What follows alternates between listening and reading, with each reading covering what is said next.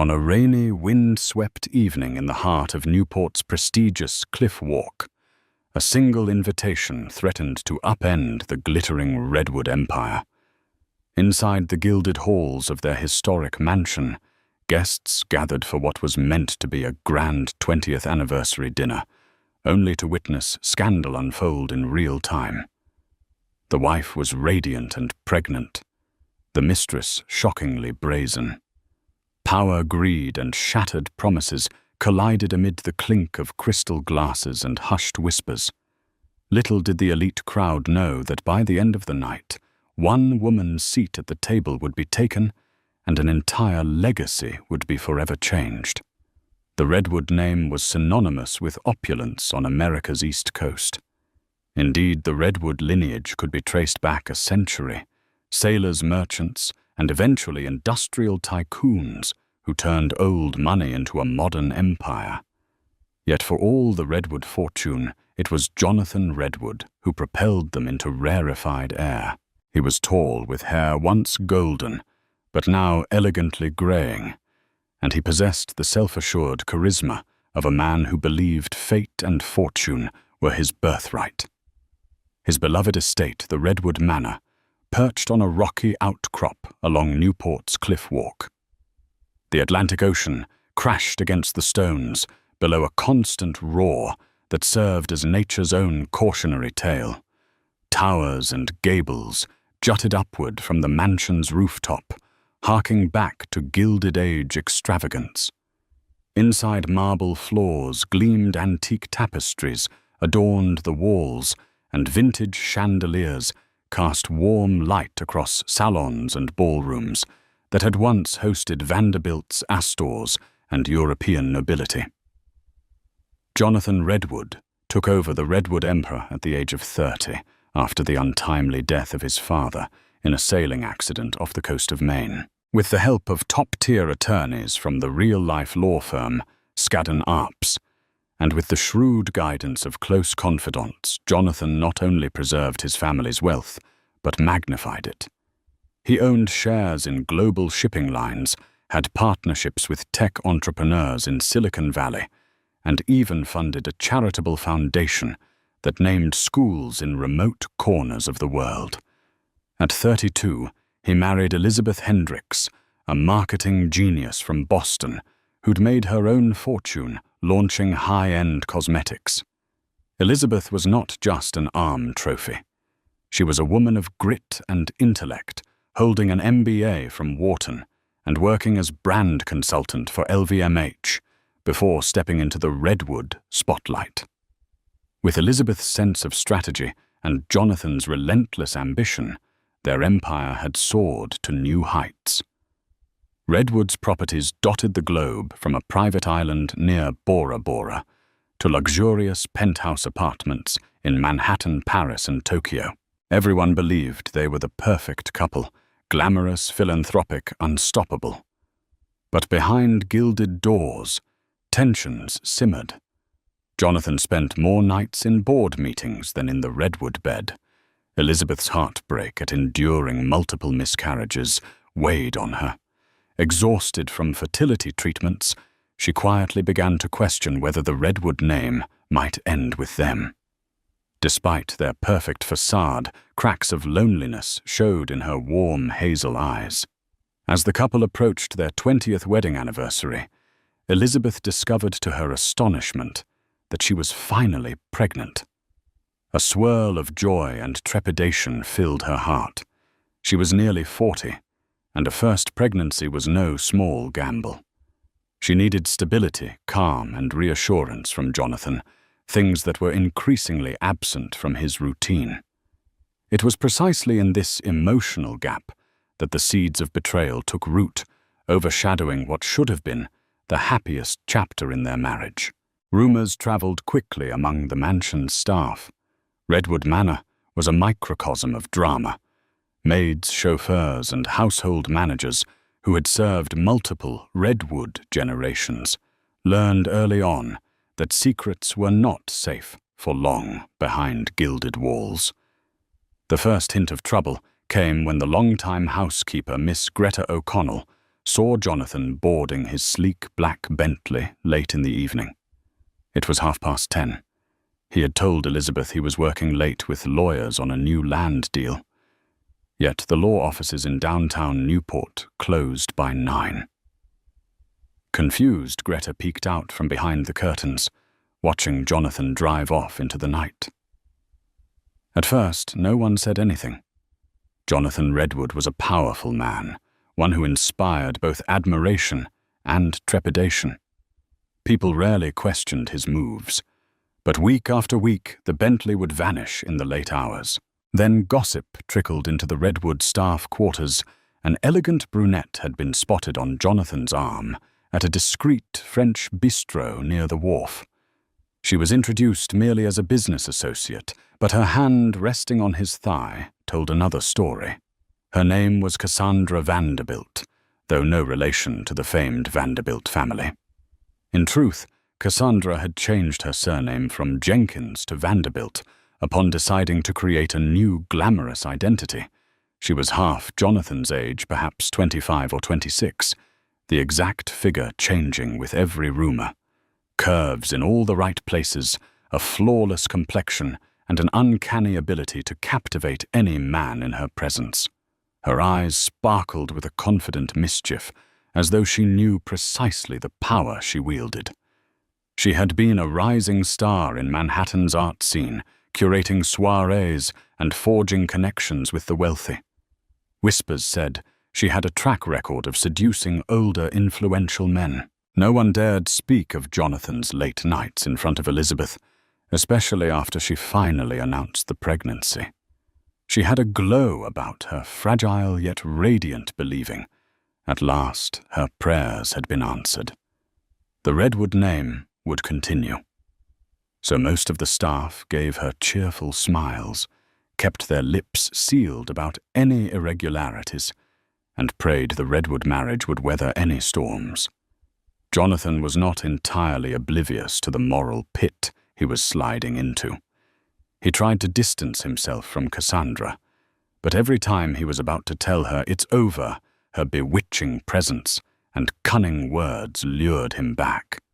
He convinced himself that Cassandra was just an escape from stress, a trifling dalliance. He told himself, "This is temporary. I'll end it soon." But desire and deception rarely know reason.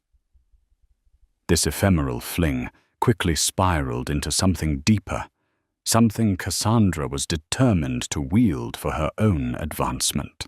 Weeks before the Redwood anniversary gala, Elizabeth posted a handwritten invitation on the staff bulletin board.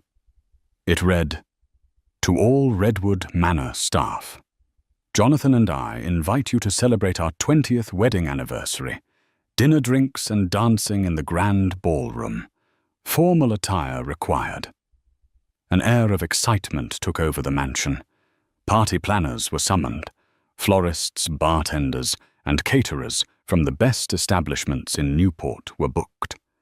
The Redwood Manor once again teetered on the edge of hosting a legendary event. Elizabeth quietly pulled out all the stops. She wanted to make the celebration memorable, not just for their high society friends, but for Jonathan himself. She had arranged for a live jazz band from Boston, a curated menu from Chef André Bernard, a real-life Michelin star chef who had once cooked for French presidents, and a decadent multi-layer cake designed by the famed New York bakery La Durée.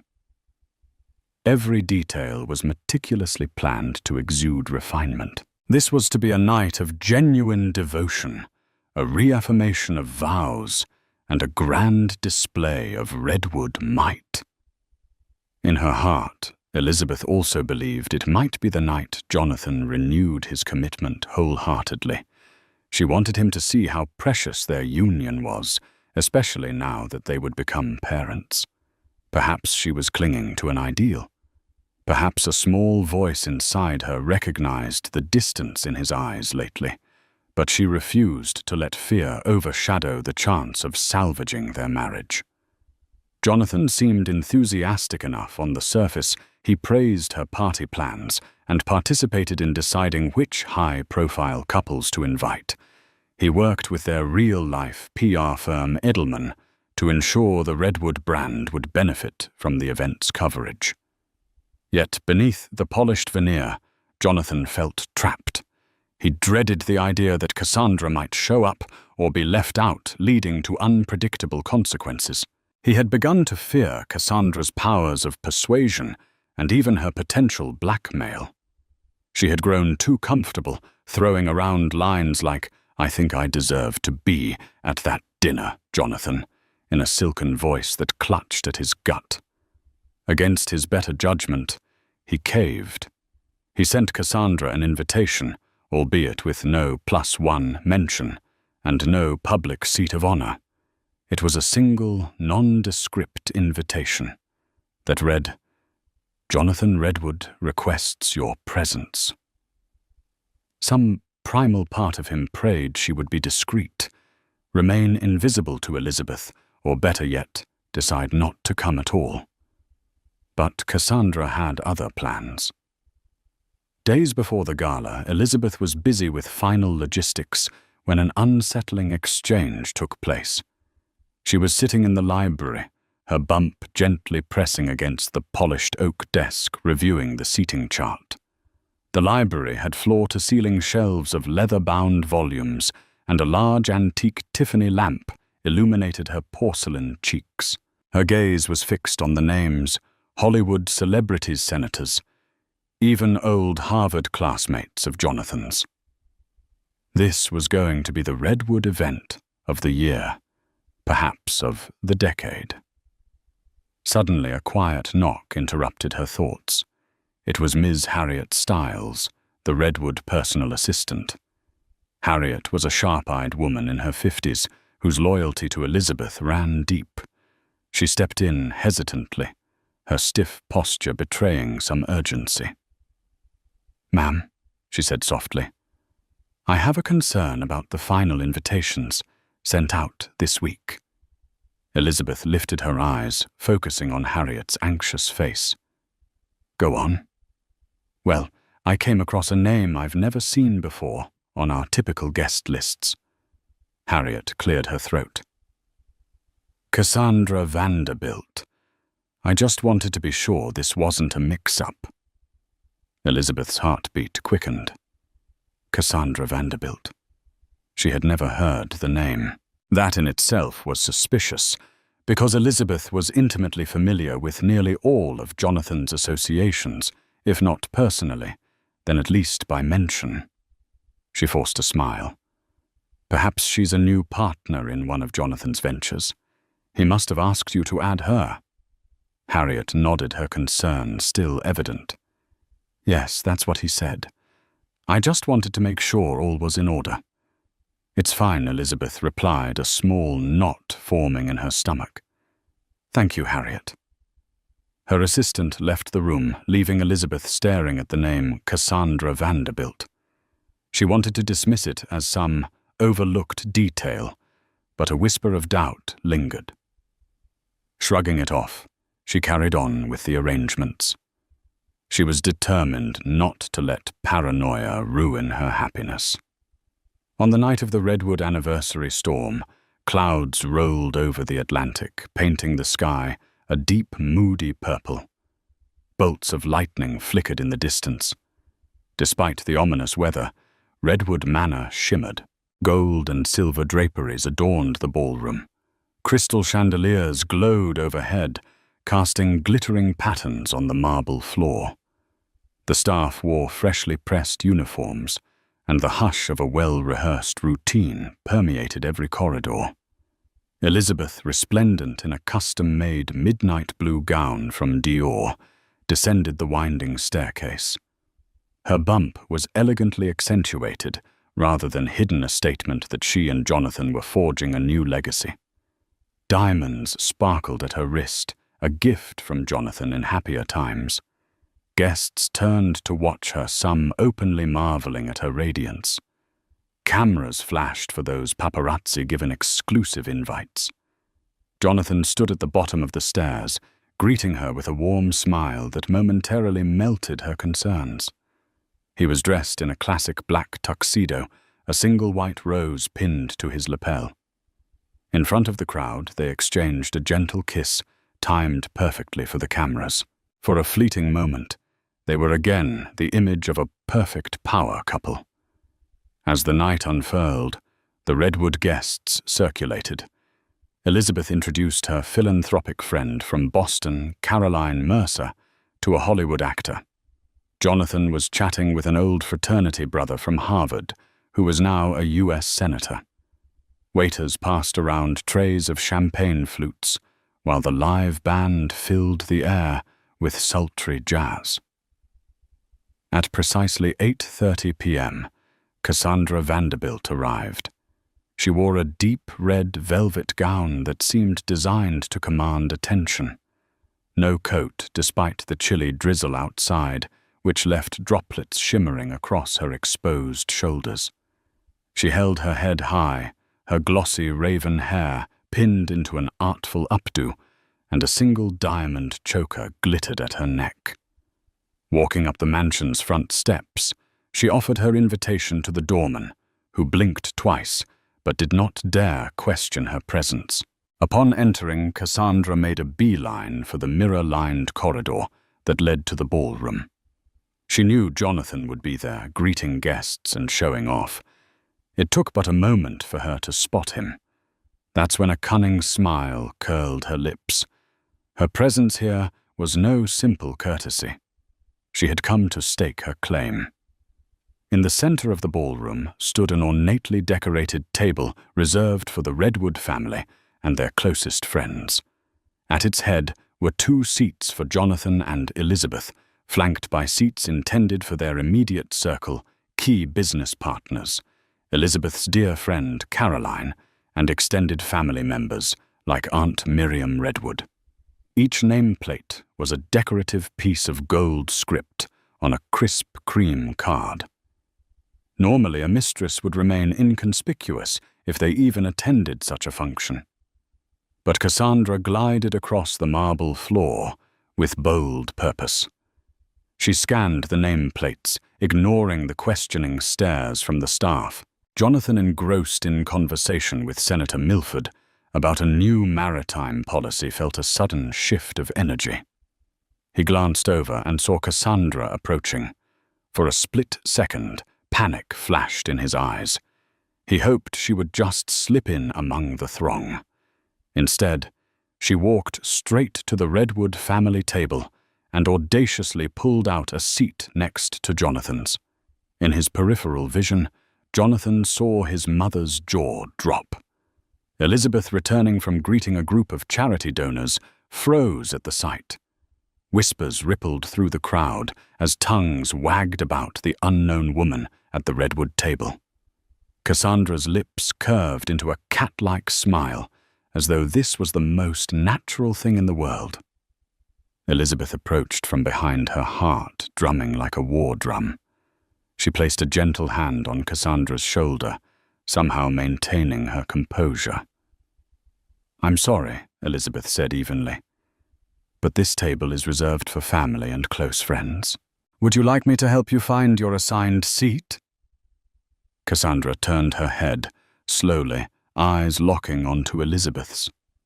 "Ah, Mrs. Redwood," she said, purring in an impossibly low and rich tone. "Jonathan told me how lovely you are. I do believe he intended for me to sit close by. It's a special night after all." Jonathan, flushing with discomfort, quickly stepped between them. "Cassandra, maybe you want to see if Harriet can arrange another seat for you. There might have been some confusion with the invitations." But Cassandra had no intention of backing down. She arched a brow. "Confusion? That's odd. You personally invited me, Jonathan. Or are you reneging on your promise?" Elizabeth's gaze flickered to her husband, an unspoken question burning in her eyes. Jonathan opened his mouth to speak, but words failed him. Within seconds, the tension at the Redwood table became palpable to all onlookers. An uneasy hush fell around them.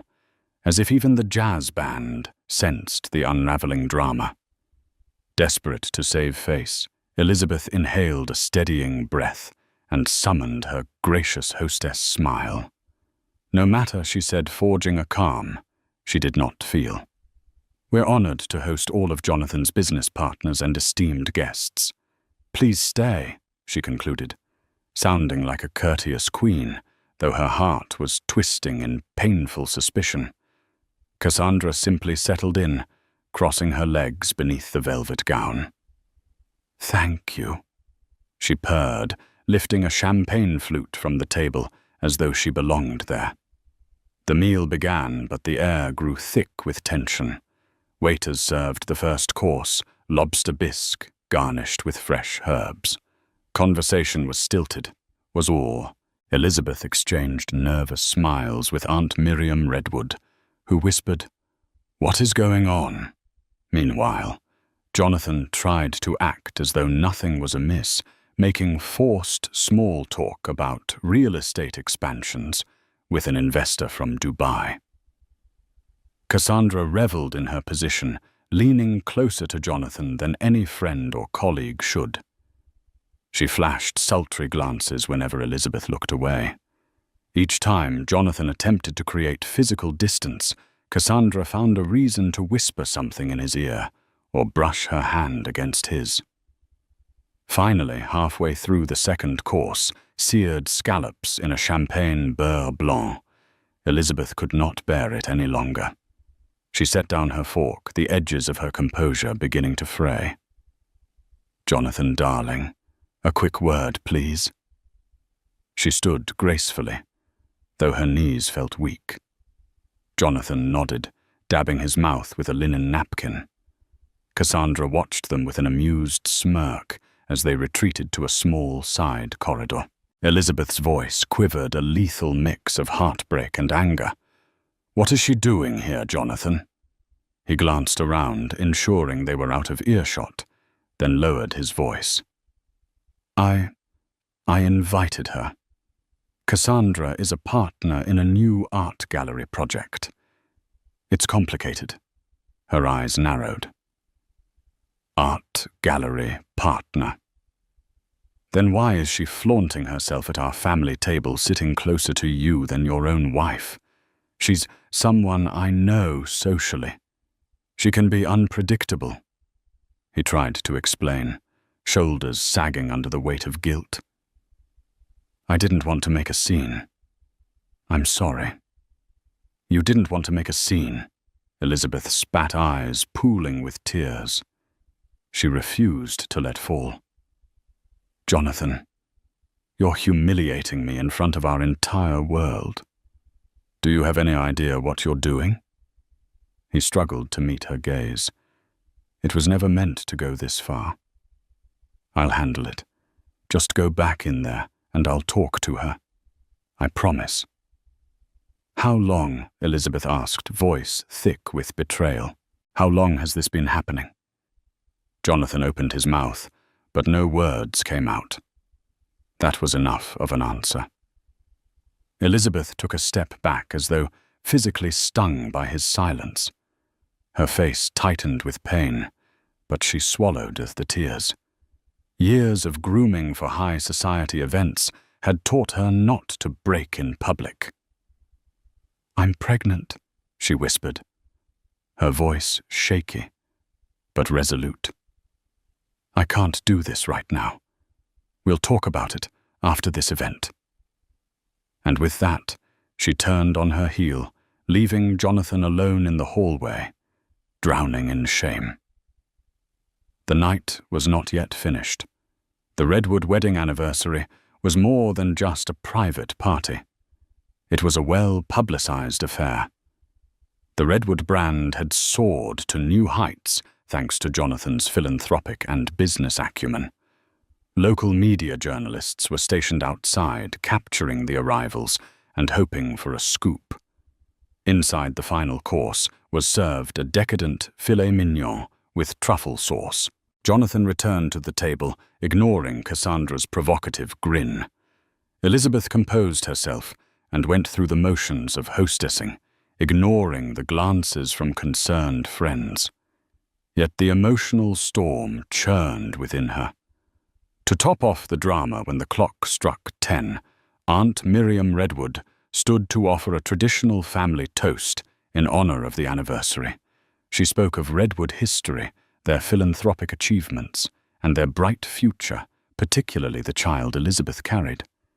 Yet as she lifted her glass, her eyes darted nervously toward Cassandra, as if silently acknowledging the intruder. Jonathan and Elizabeth rose together. He wrapped an arm around his wife's waist for the cameras. She forced a smile that, to those who knew her well, did not reach her eyes. The band leader offered a fanfare, and the Redwood couple cut their anniversary cake, posing for photos. Just then the lights flickered. A thunderclap boomed overhead. The storm outside was intensifying.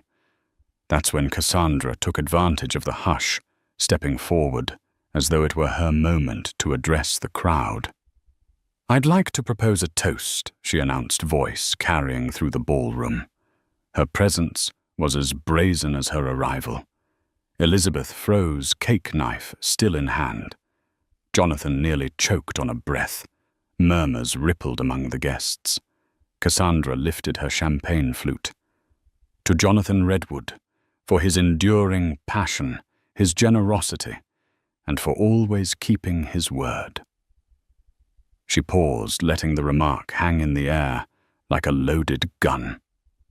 And of course, she continued with a pitying smile aimed at Elizabeth, to the Redwood legacy that will soon expand. Elizabeth's face paled.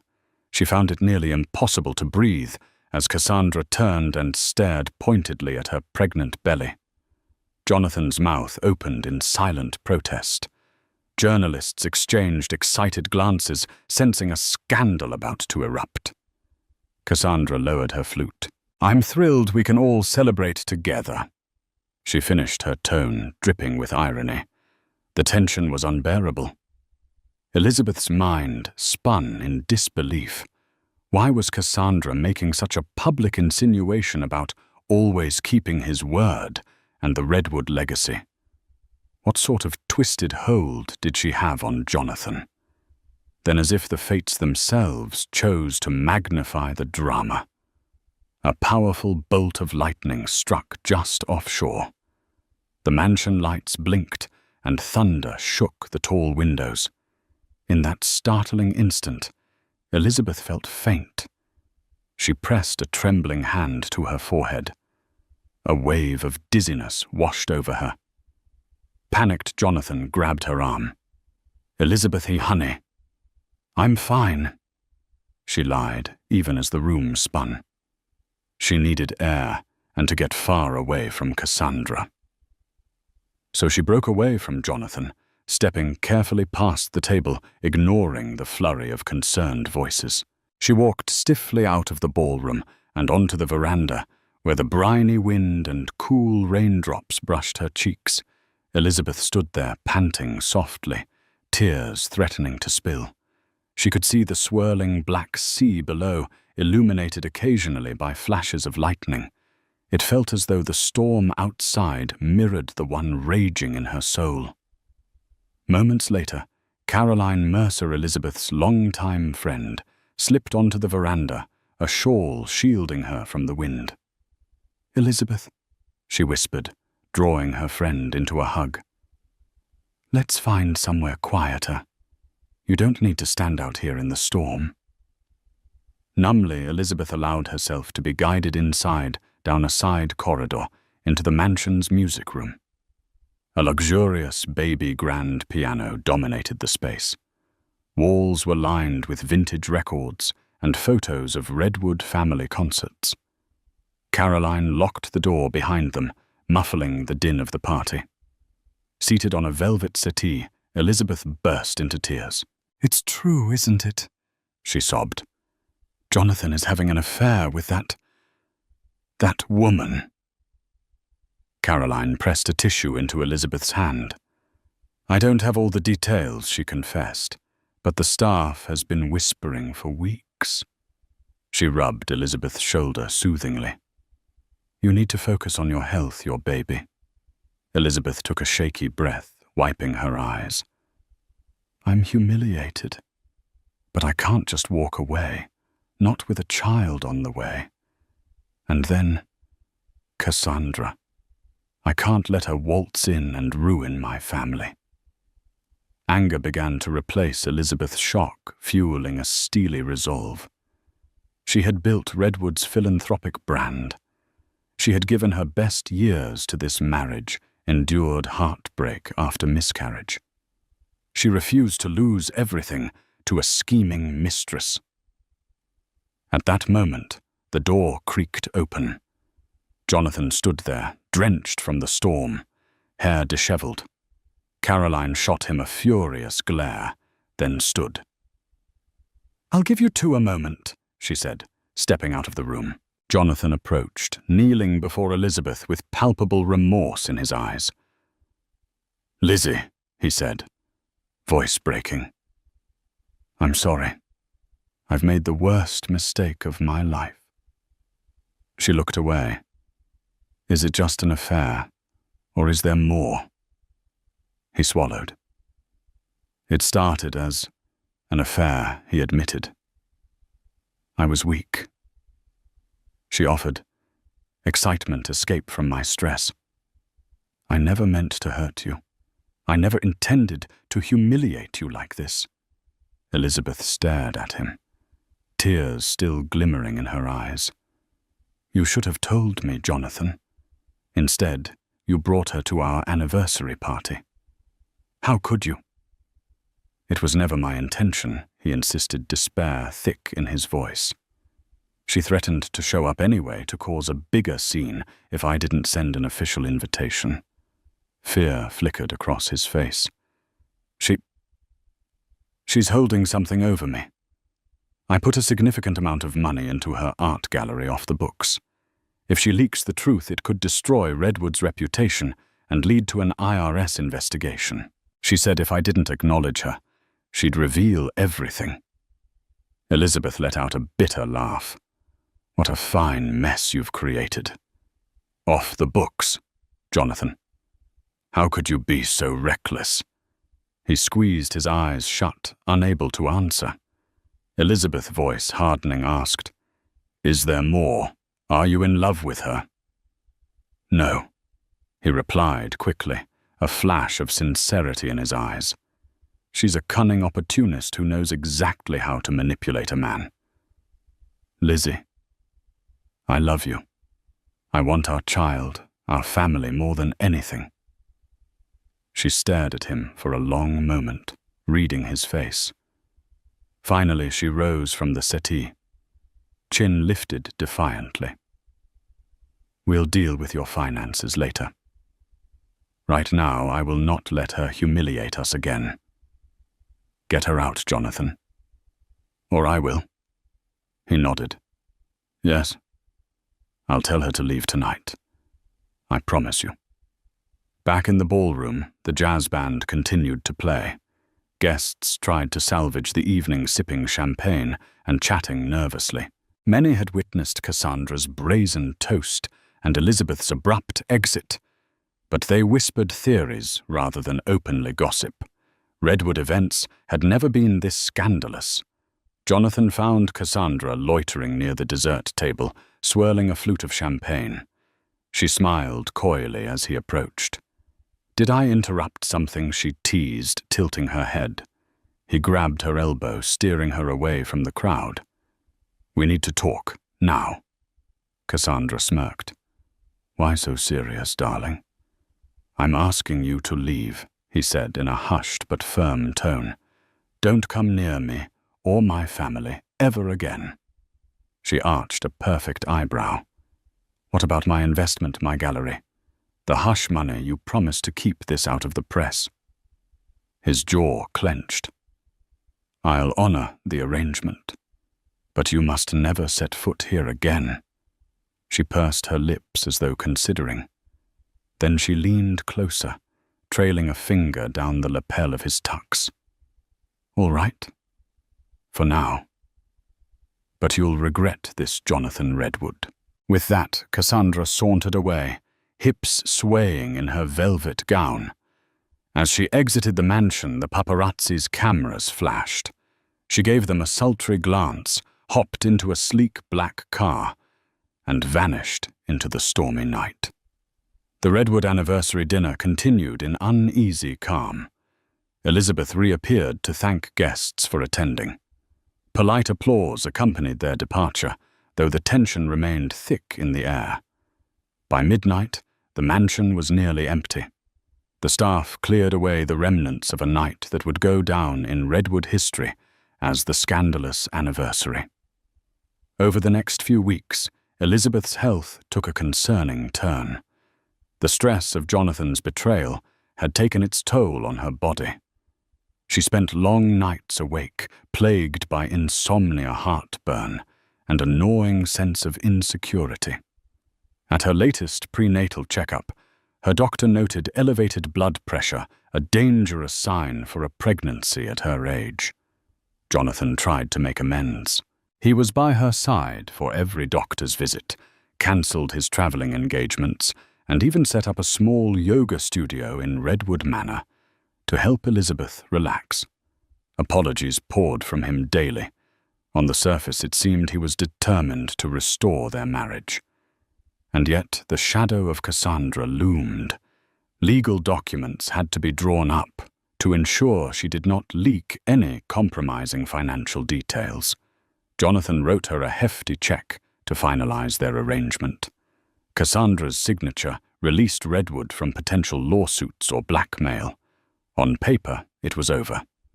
But Elizabeth knew better than to trust such matters to a mere contract. Cassandra's cunning might still find new angles of attack. Meanwhile, Elizabeth felt the baby's first fluttering kicks, a miracle she had yearned for her entire marriage. She was determined to protect this child from scandal, heartbreak, and the Redwood family legacy of secrets. Late one night, she combed through genealogical records in the mansion's archives. As the future mother to the Redwood heir, she wanted to understand the estate's lineage. That's when she discovered an old Redwood legal clause. Within the Redwood family trust, dating back generations, there was a stipulation. The Redwood estate shall pass in full title to a legitimate Redwood heir or spouse in the event of paternal misconduct or moral scandal that jeopardizes the estate's rightful continuity. The archaic language stunned her. She read on. In such a circumstance, the Redwood spouse or heir is entitled to assume ownership of the manor and affiliated assets should the Redwood patriarch be found in breach. A cascade of realization flowed through Elizabeth. This was a relic from the Redwood ancestors, designed to protect wives from unscrupulous scions who might squander the family fortune through immoral pursuits. If Jonathan's affair and the hush money came to light, Redwood's board and attorneys could well interpret it as jeopardizing the estate. That meant Elizabeth carrying the true Redwood heir might hold unprecedented power in any internal dispute. Just as Elizabeth contemplated the implications of this old family clause, a phone call rattled her. Caroline Mercer phoned early one morning, voice trembling with urgency. Elizabeth Mercer, I hate to be the bearer of bad news, but someone is selling pictures to the tabloids. Elizabeth's heart sank. Pictures of what Caroline hesitated. Jonathan, Cassandra. They were together at a private suite in the Ritz-Carlton, Boston. The paparazzi got them on camera about a month ago. My friend at the Boston Globe said they're hitting the press soon. Elizabeth's head began to spin. The Redwood name was about to be dragged through the mud. She stared at her reflection in the mirror, feeling older and more tired than ever. So Cassandra had not let go. That check Jonathan gave her apparently did not quell her ambition. We'll have to do damage control, Elizabeth said, face set with determination. We can't let Redwood be destroyed. Elizabeth confronted Jonathan with the news. He was furious both at himself and at Cassandra. I wrote her that check. I made her sign the NDA. Damn it all, how is she? He shook his head. She must be funneling the photos through some third party. We need to act fast, Elizabeth said. The Redwood board will be outraged not just by the affair, but the illegal hush money that might come to light. We can't let that scandal overshadow everything you've built. Jonathan paced the length of the grand foyer. But if the pictures hit, it might trigger an internal investigation. The board can vote me out. The Redwood brand will plummet. Our baby's future, Elizabeth lifted her chin. You need to step down temporarily. Transfer the estate title and controlling shares to me until this storm passes. He blinked as though stunned. What, you want me to give you the Redwood estate? Her eyes flashed. Not permanently, Jonathan. But it's the only way to keep Cassandra from sinking us. The press can't destroy Redwood for your scandal if the controlling interest is no longer in your name. He bristled. But Redwood is my birthright. My father. Your father also believed in protecting Redwood from moral scandal, she snapped, recalling the old trust clause. Have you forgotten that it's our child's birthright now, too? He exhaled, raking a hand through his hair. I all right? We'll do it. They called Jonathan's attorneys from Skadden Arps, setting an emergency meeting at Redwood Manor. The attorneys grimly confirmed that the best damage control might be an immediate transfer of assets. Elizabeth Redwood, as the spouse and soon-to-be mother of the Redwood heir, would become the principal caretaker of the estate. Jonathan could remain a figurehead, but would have no official power or signatory authority. It was an extraordinary move, but it might protect Redwood from Cassandra's nuclear bomb of scandal. The next day, in Redwood Manor's wood-paneled study documents, were signed under the watchful eyes of a notary. The Redwood name and estate effectively passed to Elizabeth Redwood. On a crisp morning, just as Elizabeth and the attorneys were finalizing the estate transfer, Harriet, the personal assistant, entered the study, face pale. Ma'am, Cassandra Vanderbilt is here. She says it's urgent. Elizabeth's pulse quickened, but she refused to show fear. Send her in.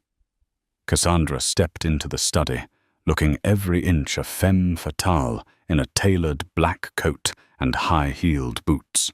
She took in the scene piles of legal documents, stern-faced attorneys, and her eyes sparkled with a predatory gleam. Well, isn't this an intriguing gathering? Cassandra quipped, approaching the desk. A power shift, I presume. Elizabeth clasped her hands calmly atop the papers. Is there something you need? Miss Vanderbilt? Cassandra shrugged. I came to collect a second check. You see, those photos are about to go public, and I'd hate for Redwood to suffer even more damage. If you care about your husband, you'll pay me to keep them quiet. A muscle twitched in Elizabeth's jaw, but she kept her composure. We've already paid you. We have a legally binding NDA. Cassandra laughed, the sound echoing off the oak walls. You think I care about your NDA? I have a friend in the tabloids who's hungry for Redwood gossip. Now I have new demands. 50 million, or Redwood's name is toast. Elizabeth bristled. That's extortion. Cassandra's lips curved. No, darling, it's business. Jonathan knows how I operate. One of the attorneys cleared his throat, looking disturbed. Elizabeth raised a palm, signaling him to remain silent. She took a breath, leaning forward slightly. Cassandra, let me be perfectly clear. Jonathan Redwood no longer controls the estate or Redwood Holdings, so your little scheme to squeeze money from him is futile. If you want Redwood funds, you'll have to go through me now. Cassandra's smugness faltered. What Elizabeth opened a folder, extracting a fresh set of documents. I am the sole owner of Redwood Manor and the majority of Redwood Inc. as of this morning. You're free to do what you please with any photos, but Redwood's future and my child's inheritance are secure from your blackmail. You won't ruin us. Fury flashed across Cassandra's face. You can't be serious. Jonathan Redwood is Redwood Inc. Everyone knows that. Elizabeth offered a cool smile. Legally, as of today, he's not. The attorneys nodded in agreement, arms folded. Cassandra's face twisted in anger, and her cunning eyes flicked between Elizabeth and the stoic legal team. Then I'll just release the photos out of spite. Cassandra sneered, voice trembling with rage. Let the Redwood name burn. Elizabeth, carefully controlling her racing heart, fixed Cassandra with a steady gaze. By all means, do it. The Redwood brand will survive. You, however, will face lawsuits for breach of contract defamation and extortion that will leave you penniless. And once the public sees you for what you are, no wealthy benefactor will ever trust you again. Cassandra's shoulders tightened. She recognized the trap. Elizabeth had cornered her. Redwood resources were formidable, an army of attorneys, private investigators, and PR experts who could bury her in legal battles for the rest of her life. You'll regret this, Cassandra spat. Jonathan Redwood won't hide behind you forever. Elizabeth rose to her feet, the faint curve of a triumphant smile on her lips. I'm carrying the Redwood heir, Miss Vanderbilt. He's not hiding behind me. He stands by my side. Now please see yourself out. Cassandra glowered, her perfect features hardened in defeat. She spun on her heel and stormed out, the echo of her angry footsteps trailing through the corridor. 2 days later, the tabloids published a single blurred photo of Jonathan Redwood in a Boston hotel lobby, enough to stir mild gossip, but not the damning set Cassandra had threatened. Redwood's official statement, released by Elizabeth in her new role, explained that Jonathan had been in the city on business. It downplayed any suggestion of scandal. Behind the scenes, Redwood's legal team quietly filed restraining orders against Cassandra, citing her breach of contract and attempted extortion. Cassandra countered with vague threats, but lacking financial resources to mount a major lawsuit. She began to fade into the background. Redwood's attorneys kept vigilant, prepared to strike if she surfaced again. Meanwhile, Elizabeth and Jonathan worked tirelessly to weather the PR storm. Indeed, Redwood's stock dipped briefly, but stabilized once the news cycle churned on to fresh topics. Elizabeth's pregnancy became a focal point. Paparazzi snapped pictures of her shopping for baby clothes at Tiffany & Co. in Manhattan, glowing in the arms of her newly repentant husband. Headlines read, "Redwood family awaits new heir," or "Jonathan Redwood steps down to focus on fatherhood." The Redwood brand emerged battered, yet still afloat. Jonathan's guilt and remorse led him to some soul-searching. He cut ties with old habits, pledged to remain transparent with Elizabeth and to put their child first. But Elizabeth was not naive. Trust was fragile, and though they presented a united front to the world behind closed doors, they navigated heartbreak and fragile hope. For the sake of their unborn child, and perhaps love, Elizabeth gave Jonathan a chance to redeem himself. As her due date approached, Elizabeth decided to hold a quiet baby shower at Redwood Manor. This time, there would be no cameras, no columnists, no press releases. The celebration was intimate, designed not for public perception, but for personal healing. The mansion's grand sunroom, flooded with soft morning light, was adorned with fresh lilacs and pale blue ribbons that fluttered gently in the spring breeze. Jonathan had personally overseen every detail. He was no longer the detached tycoon who once vanished into boardrooms and hotel lobbies. Now he fussed over canapé selections, hand-wrote place cards, and even coordinated with Aunt Miriam on floral arrangements. Caroline Mercer arrived first, bearing a hand-knit blanket she'd spent weeks crafting. A few close friends from Boston followed along with distant cousins and Redwood Manor staff who had become like family. Elizabeth, her figure radiant with late-stage pregnancy, wore a simple ivory silk dress. Her feet were swollen, her back ached, but her smile was genuine for the first time in months. She greeted each guest with warmth, and when Caroline placed a gentle hand on her belly, she laughed through happy tears. The sunroom buzzed with joy as gifts were unwrapped tiny booties, monogrammed bibs, designer swaddles. Aunt Miriam's homemade lemon cake was passed around as she led a game of guessing the baby's birth date. Jonathan hovered near Elizabeth protectively, always ready with a pillow, a glass of water, or a loving hand on her shoulder. His attentiveness didn't erase his past mistakes, but it reminded Elizabeth that perhaps people could change when given a reason big enough to try. Between the laughter and pastel-colored decorations, Elizabeth felt moments of stillness settle over her, like a blessing. Yet even amid celebration, her mind occasionally drifted to the recent chaos, the scandal, the betrayal, the relentless media pressure. She thought of Cassandra still out there somewhere, perhaps scheming anew. Would her child one day learn about the night of the anniversary dinner? About the mistress who tried to rewrite history? But every time doubt crept in, she placed her hand on her belly and remembered this was the future now. This child would carry the Redwood name into a new era, one defined not by scandal or arrogance, but by resilience, integrity, and love. And then on a clear April morning it happened. Elizabeth awoke before dawn, with a steady rhythm pulsing low in her belly.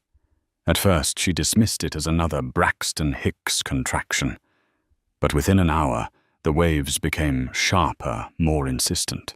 Jonathan leapt into action, throwing on a sweater and helping her into their waiting car. They drove to Newport Medical Center, in silence, hands clasped tightly. Labor was long, exhausting. 12 hours of pushing, breathing, and sweat. But Elizabeth endured, fueled by something deeper than strength, an ancestral will to protect, to deliver a future no mistress could ever steal. When the newborn's cries echoed through the delivery room, time itself seemed to still. A boy, the doctor announced, lifting the swaddled child into Elizabeth's arms. They named him Alexander James Redwood. Tears streamed freely down Jonathan's face as he held his son for the first time. "He's perfect," he whispered. "He's our redemption." Elizabeth, cradling Alexander against her chest, looked toward the rising sun. Through the hospital window, the sea shimmered with gold, and waves crashed with the promise of renewal.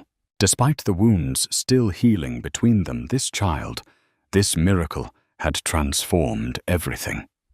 The Redwood dynasty had a new beginning, and this time it would be written on Elizabeth's terms. A week after Alexander's birth, Redwood Manor was filled not with scandal, but with the sounds of new life. Soft coos and midnight cries echoed through the marble halls that once held secrets and whispered betrayals. Now they held lullabies and the scent of baby powder. Elizabeth's footsteps were slower, but her presence carried a newfound gravity.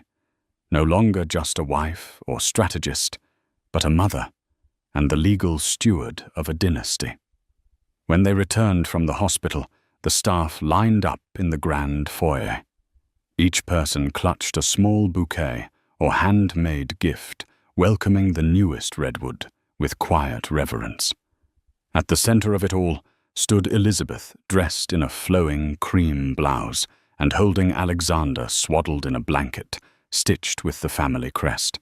Jonathan stood beside her, not as a CEO, not as a disgraced husband, but as a man humbled by fatherhood and the second chance it offered.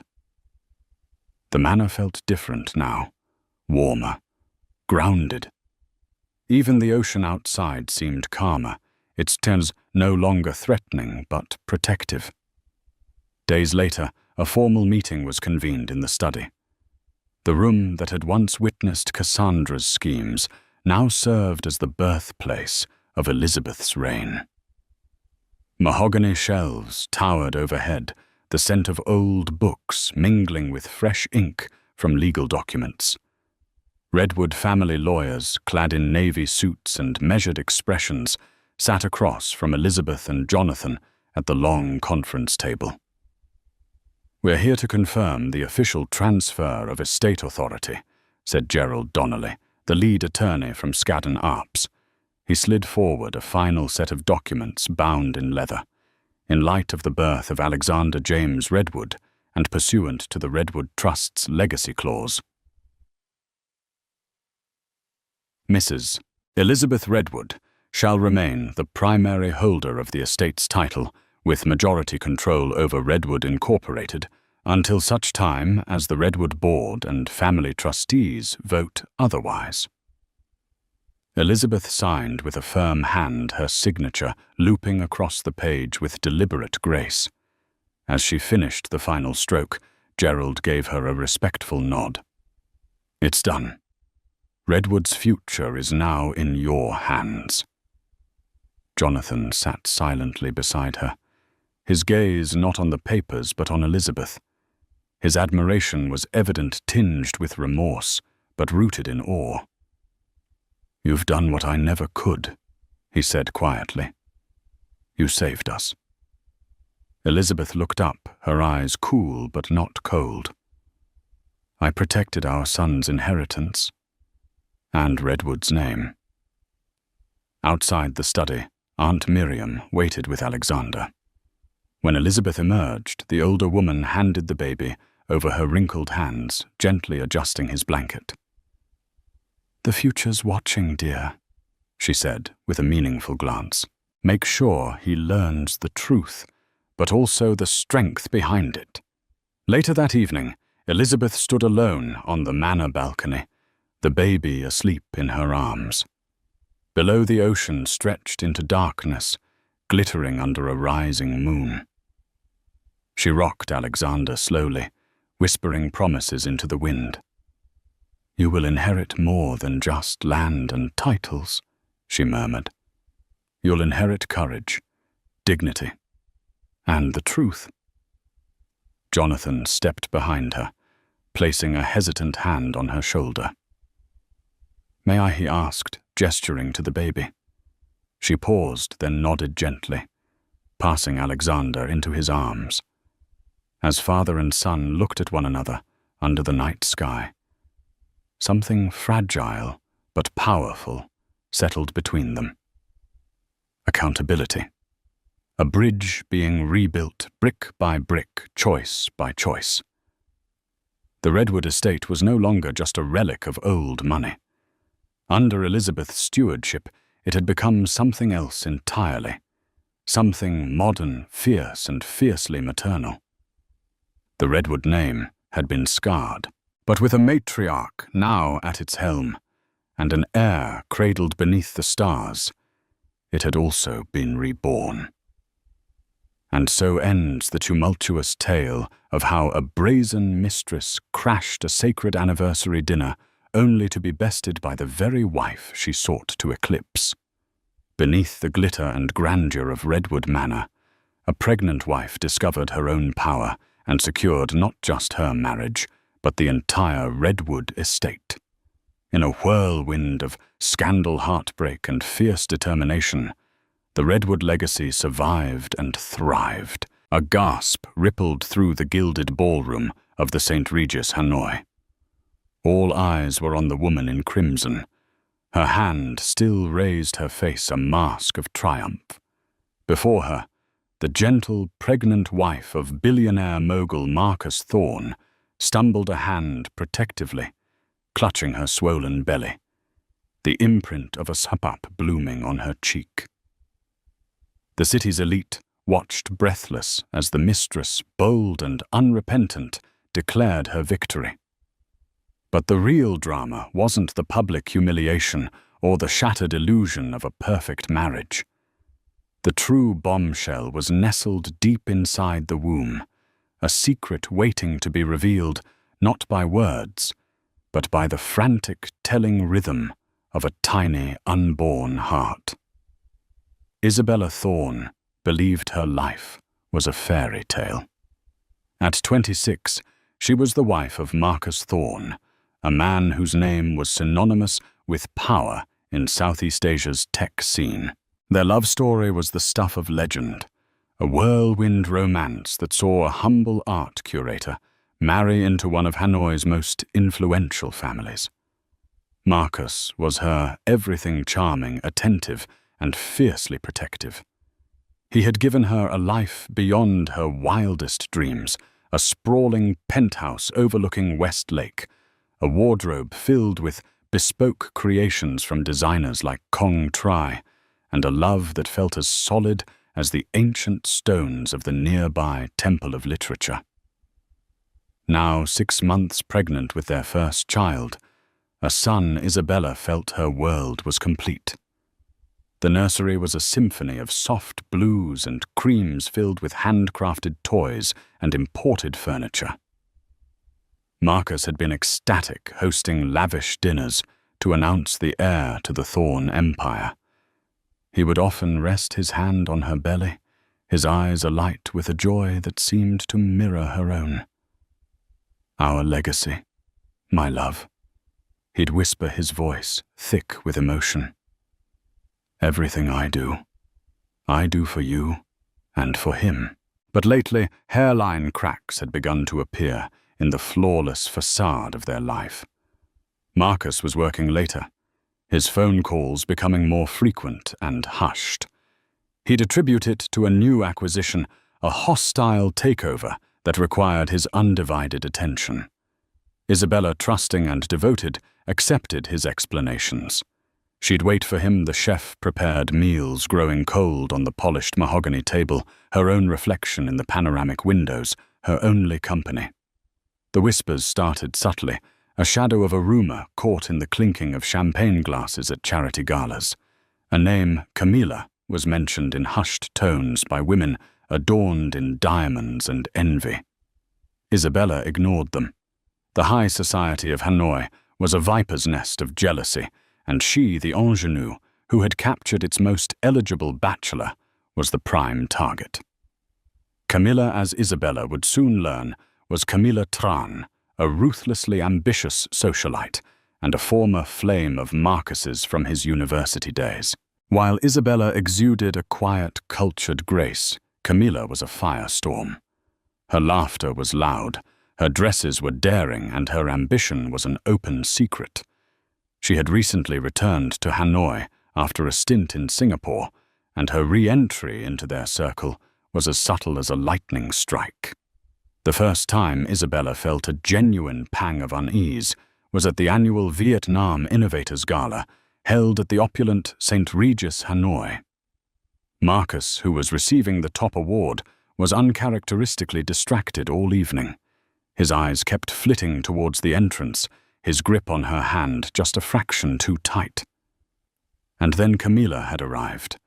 She wore a crimson dress that clung to her like a second skin. A stark, audacious slash of color in a sea of elegant pastels and classic blacks. She moved through the crowd with the predatory grace of a panther, her gaze locking onto Marcus across the ballroom. Isabella saw the flicker of something in her husband's eyes. Not just recognition, but something deeper, more complicated. A ghost of a memory, a shared history that excluded her. Throughout the night she watched as Camilla artfully cornered Marcus, her hand lingering on his arm, her laughter echoing a little too loudly in their conversations. Marcus, for his part, seemed flustered, a state so alien to his usual composed demeanor that it set Isabella's nerves on edge. "She's just an old friend, darling," he had reassured her later that night, his voice smooth as silk. A bit intense but harmless. He had pulled her into his arms, his lips finding hers, and for a moment the warmth of his embrace melted her fears. She wanted to believe him. To doubt Marcus was to doubt the very foundation of her world. But the seeds of doubt had been planted. A week later, a receipt for a lavish bouquet of black roses, a flower Isabella detested but knew was Camilla's favorite, fell out of his briefcase. He'd brushed it off as a corporate gift. Then there was the late-night text that buzzed on his phone, a simple "thinking of you" from a number he quickly deleted. The excuses became more elaborate, the distance between them growing from a hairline crack to a chasm. Isabella felt a profound and suffocating loneliness. The sprawling penthouse, once a symbol of her fairy tale life, now felt like a gilded cage. Her friends, mostly wives of Marcus's business associates, offered sympathetic but ultimately hollow words. They were part of this world. They understood its unspoken rules, the silent accommodations, the turning of a blind eye. But Isabella's heart, pure and perhaps a little naive, couldn't accept that. Love to her was not a transaction or an arrangement. It was a sacred, all-consuming truth. The pregnancy, once her greatest joy, now became a source of anxiety. She felt a desperate need to protect her unborn son, not just from the world, but from the encroaching shadows in her own home. She tried to talk to Marcus to break through the wall he was meticulously building around himself. "Is everything all right, Marcus?" she asked one evening, her hand on his arm as he stared out at the city lights. "You seem so far away." He turned his face a carefully constructed mask of affection. "Just stress, my love.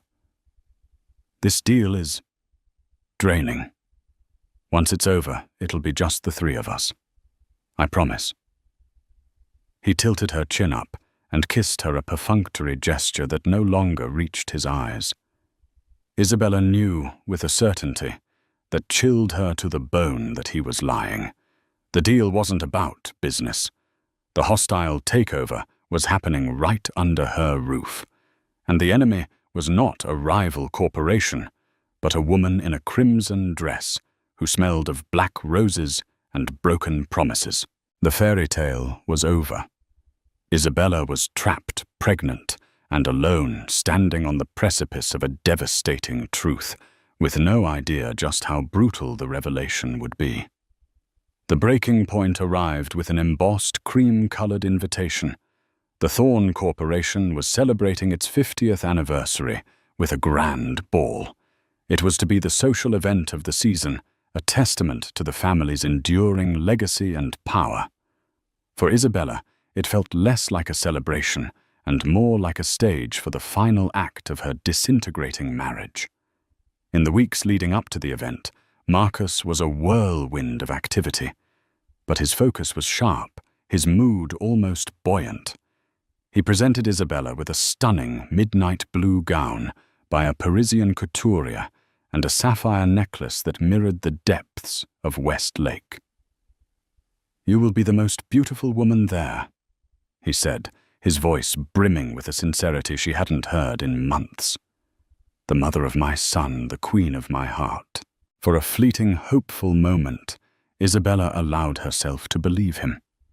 Perhaps the affair, the whispers, the lies, had been a fleeting madness. Perhaps this night was his way of reaffirming their bond, of showing the world, and her, that she was the one who truly mattered.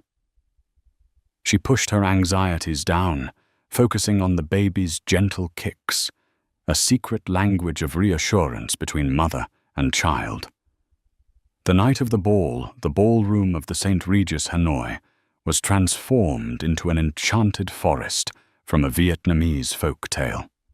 Thousands of orchids cascaded from the ceilings, and the air was thick with the scent of jasmine and the low hum of high-powered conversations.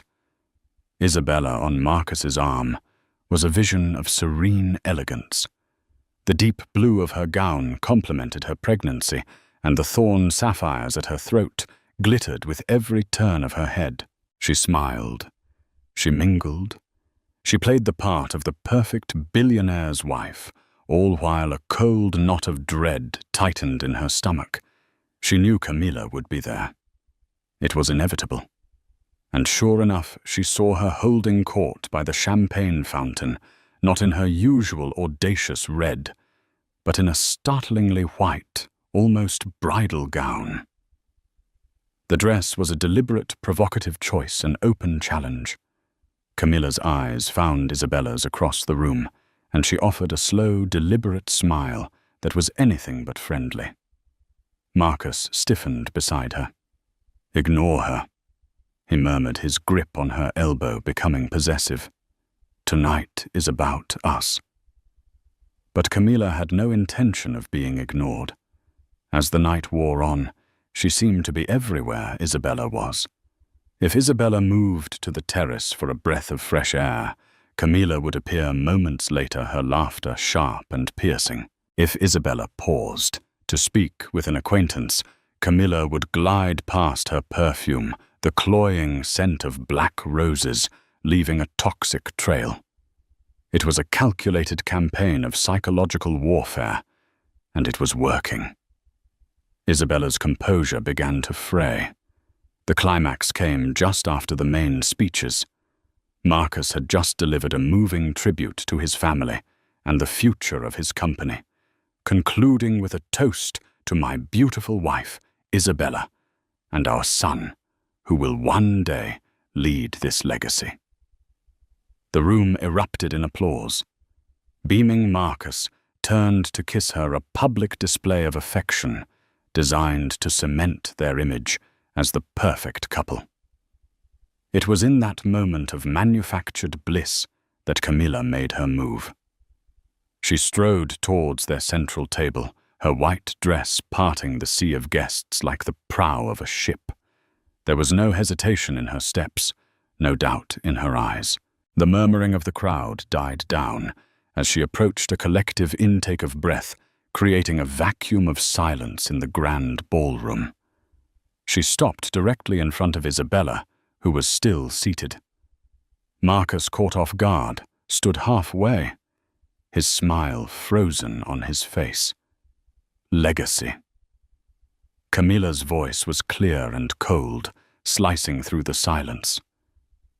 Your son.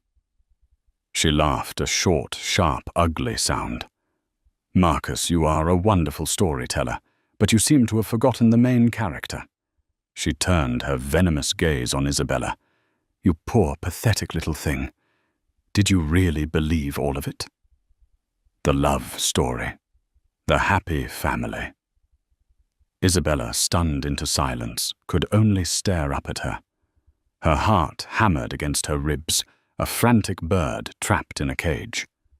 What are you talking about? She whispered, her voice barely audible. What am I talking about? Camilla's voice rose, theatrical and cruel. I'm talking about the fact that the child you are carrying is not the only Thorn heir. I'm talking about the fact that Marcus has been with me in my bed every night he told you he was working late. Gasps rippled through the room. People were now openly staring their phones, discreetly raised to capture the unfolding drama. Marcus finally found his voice. Camilla, that's enough. You're making a scene. I'm making a scene. She shrieked, her composure finally cracking to reveal the raw fury beneath. You're the one who has been living a lie. You promised me, Marcus. You promised you would leave her. She then looked back at Isabella. Her eyes filled with a terrifying mix of pity and contempt. He was never going to leave me. This, she gestured at Isabella's belly, was just a little complication, an air for the public. But his heart, his passion, that belongs to me. Isabella felt the world tilt on its axis. The faces of the guests blurred into a grotesque gallery of gawking masks. She looked at Marcus silently, pleading with him to deny it, to say something to defend her. But he stood there, his face pale, his eyes darting between the two women, a trapped animal. His silence was the only confession she needed. Tears welled in Isabella's eyes, hot and shameful. She felt a protective instinct surge through her, a primal need to shield her son from this ugliness. She tried to stand to escape the suffocating scrutiny. "Please, stop," she managed to say. But Camilla was not finished. She saw the tears, the vulnerability, and she went in for the kill. "You think you've won? You think this baby solidifies your position? You are nothing but an incubator, a vessel." And then, with a movement so swift it seemed to surprise even herself, Camilla leaned forward and swung her arm. Crack! The sound was sharp and shockingly loud in the silent room. Isabella's head snapped to the side, the force of the blow sending a jolt through her entire body. A collective horrified gasp erupted from the onlookers. For a moment, there was only the stinging heat on her cheek and the stunned realization of what had just happened. Camilla the Mistress had slapped the pregnant wife of Marcus Thorne in front of everyone. Isabella stumbled back, her hand flying to her cheek, but her other arm wrapped instinctively desperately around her stomach. The humiliation was a physical blow, a crushing weight that stole the air from her lungs. She looked at the faces around her, the shock, the pity, the morbid curiosity. She looked at Marcus, whose face was a canvas of horror and indecision, and then she looked at Camilla, who stood there, her chest heaving, her hand still tingling, a triumphant, hateful glare in her eyes. The fairy tale had not just ended. It had been violently, publicly, and irrevocably shattered. And as a sharp, cramping pain shot through her abdomen, Isabella realized the slap was not the most painful blow she would receive that night. The real agony was just beginning. The slap echoed in the cavernous ballroom, a definitive brutal end to the night's festivities. The immediate aftermath was a chaotic tableau of shock and confusion. For a heartbeat, everyone, including Marcus, seemed frozen. Then the world lurched back into motion. Isabella, her mind reeling from the dual assault of humiliation and physical pain, felt her knees buckle. The sharp cramp in her lower abdomen intensified, radiating outwards in a wave of pure agony. A small, involuntary soul escaped her lips. "My baby," she whispered, her voice choked with terror. Her protective instinct overrode everything else. The shame, the anger, the betrayal. All that mattered was the tiny, precious life inside her. It was not her husband who caught her. It was his father, Arthur Thorne, the family patriarch, who had been watching from a nearby table with an expression of grim fury. He surged forward, his old but still powerful frame moving with surprising speed, catching Isabella's arm just as she was about to collapse. "Get her a chair! Someone call a doctor!" he bellowed, his voice accustomed to commanding boardrooms cutting through the stunned murmurs of the crowd. Marcus finally snapped out of his paralysis. "Isabella." He rushed to her side, his face a mess of panic and guilt. "My God, are you all right?" He reached for her, but she flinched away. Her eyes filled with more pain than he had ever seen meeting his. In that single searing glance, he saw the complete and utter destruction of her trust in him.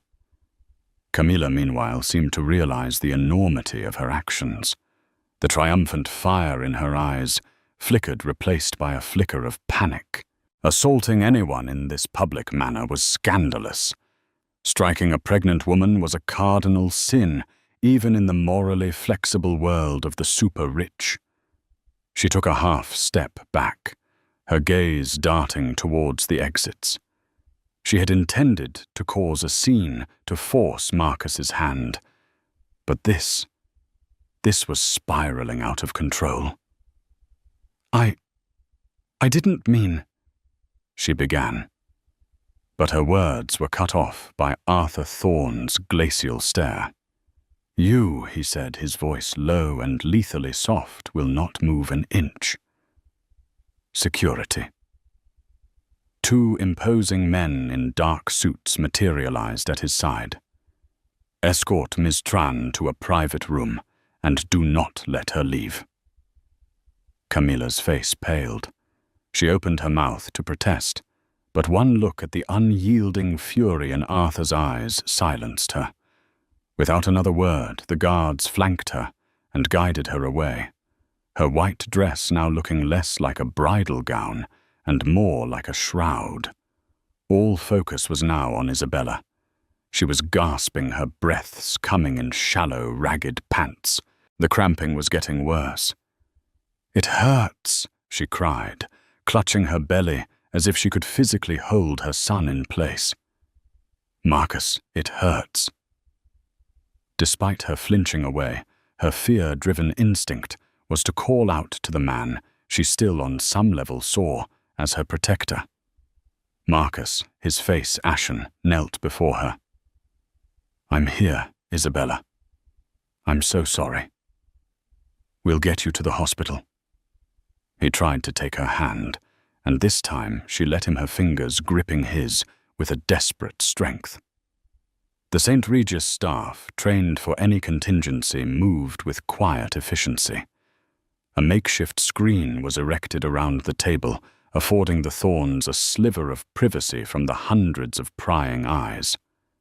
A medic who was on standby for the event was at Isabella's side, in moments taking her pulse, his face grim.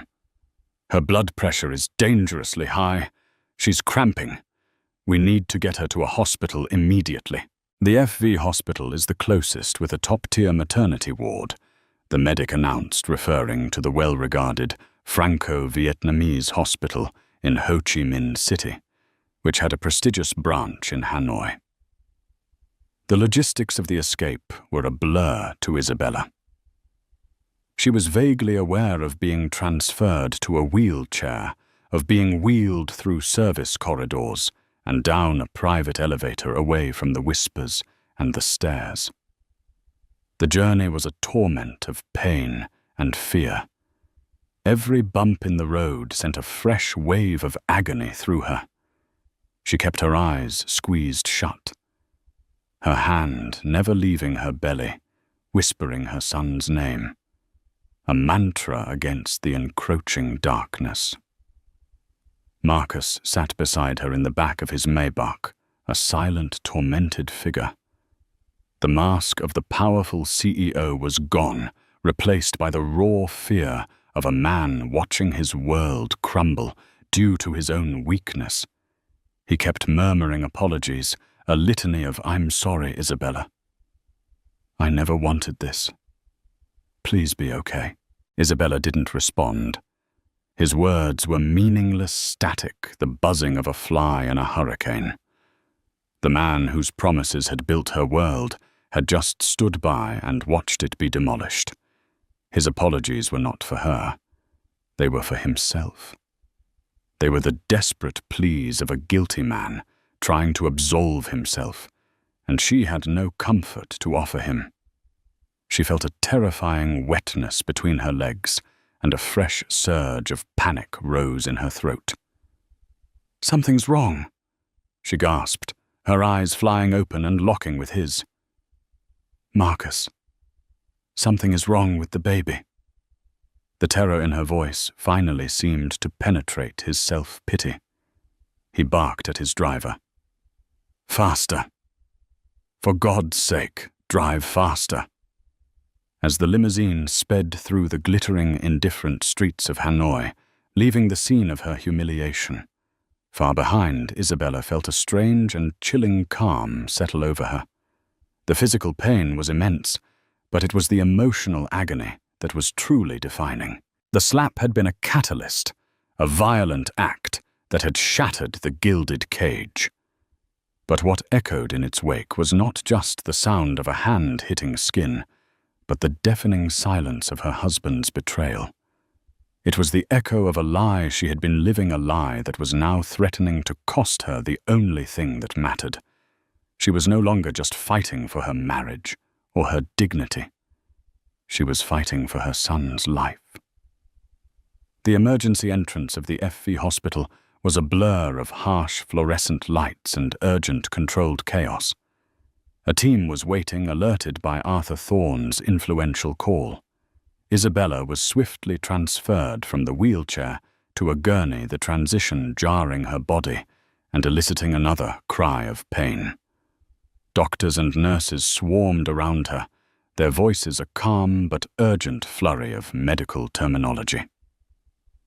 Pregnant, 26 weeks, presenting with severe abdominal cramping and signs of bleeding following a physical altercation. BP is 160/100. Tachycardic. Get her to the maternity ward, stat prep for an ultrasound. We need to check for placental abruption. Marcus was shunted to the side, rendered powerless and irrelevant by the medical professionals who now held his wife's and child's lives in their hands. He stood in the corridor, his tuxedo looking absurdly out of place, his hands stained with a small amount of Isabella's blood where he had tried to comfort her. He watched as they wheeled her away, her hand still protectively on her belly, her face pale and etched with fear. The doors swung shut behind her, leaving him alone with the crushing weight of his guilt. Inside the examination room, the atmosphere was tense. Isabella was gently helped into a hospital gown, her beautiful midnight blue dress unceremoniously cut away. The pain was a constant, terrifying rhythm. A kind-faced, middle-aged female doctor, Dr. Lian, introduced herself as the head of obstetrics. Isabella, my name is Dr. Lian. We're going to take very good care of you and your baby, she said, her voice a beacon of calm in the storm. We need to do an ultrasound to see what's happening. I need you to try and stay as still as possible. Isabella nodded, tears streaming silently down her temples. Is my baby going to be okay? We're doing everything we can to ensure that, Dr. Lian said, her reassuring tone never wavering, though her eyes betrayed the seriousness of the situation. Let's have a look. The room fell silent as the ultrasound technician applied the cold gel to Isabella's stomach.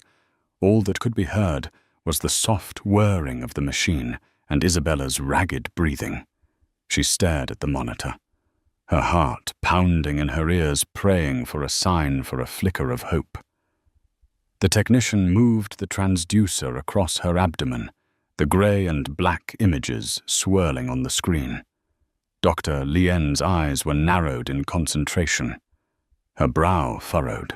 Marcus, who had finally been allowed in after an agonizing wait, stood in the corner, looking on helplessly. There's the baby, Dr. Lien said softly. He's small, but he's a fighter. Isabella let out a choked sob of relief. He was alive. But I am seeing some cause for concern. The doctor continued, her tone becoming more clinical. There appears to be a small subchorionic hematoma, likely caused by the trauma and the spike in your blood pressure. It's a bleed. That's what's causing the pain and the spotting. We need to monitor it very closely. But he'll be okay. Marcus's voice was hoarse from the sidelines. Dr. Lian didn't look at him. Her focus was entirely on her patient. The immediate danger is preterm labor. The stress and physical shock could trigger contractions. We're going to give you medication to stop them and a steroid shot to help the baby's lungs develop just in case." As she spoke, the technician adjusted a setting on the machine, and a new sound filled the room. Thump, thump, thump, thump, thump, thump. It was the sound of the baby's heartbeat amplified by the machine. It was fast, a frantic galloping rhythm, but it was strong. It was the most beautiful sound Isabella had ever heard. Tears of relief streamed down her face. It was the sound of life, of hope. Dr. Lien smiled for the first time. A strong heartbeat. "That's a very good sign. A little fast, he's clearly stressed, but strong." Marcus stepped forward, a wave of relief washing over his face. "Thank God," he breathed. The technician continued her work, taking measurements, capturing stills of the tiny profile, the little fists. Dr. Lien was explaining the course of treatment, complete bed rest, constant monitoring, when the technician suddenly paused. She zoomed in on one particular area of the screen, her own brow furrowing in a way that had nothing to do with the hematoma. "Doctor," she said quietly, pointing to the screen. "Could you look at this?" Dr. Lien leaned in, her professional gaze sweeping over the area the technician indicated. The room fell silent again. The baby's amplified heartbeat, the only sound. For a long moment, Dr. Lien said nothing.